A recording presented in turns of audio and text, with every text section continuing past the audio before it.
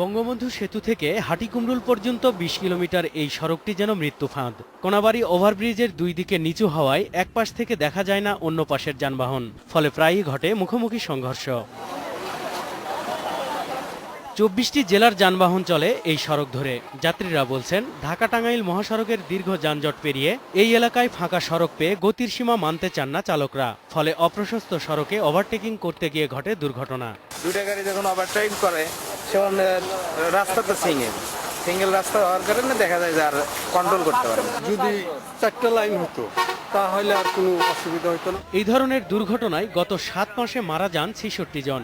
সবশেষ সোমবার রাতে বাস সিএনজি অটোরিকশা সংঘর্ষে মারা যান ৪ জন, যাদের মধ্যে ৩ জনই নারী। মহাসড়কের এই অংশ দুর্ঘটনাপ্রবণ অঞ্চল হিসেবে পরিচিত স্থানীয়দের কাছে। রোডটা খুব ব্যস্ত থাকে এবং ড্রাইভারদের অসচেতনতার কারণে এই দুর্ঘটনাগুলো বেশি ঘটে। রাস্তা তো এমনি বিজি, আর তার মধ্যে আমাদের ড্রাইভার বা চালক যারা আছে তারা যদি একটু সতর্কতার সাথে গাড়ি চালায় তাহলে মোটামুটি রাস্তা বা অ্যাক্সিডেন্ট অনেকটাই কমে যাবে। দুর্ঘটনা রোধে কি ব্যবস্থা নেওয়া দরকার সে কথাই বলছে প্রশাসন।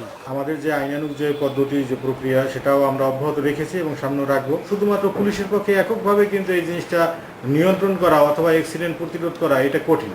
এটার সাথে সবচেয়ে বড় যাদের ভূমিকা যারা গাড়ি চালাচ্ছেন। দুর্ঘটনার ঝুঁকি কমাতে সড়কটি ৪ লেনে উন্নীত করা সহ নানা আশ্বাস দিলেও সড়ক বিভাগ প্রয়োজনীয় ব্যবস্থা নিচ্ছে না বলে অভিযোগ আছে।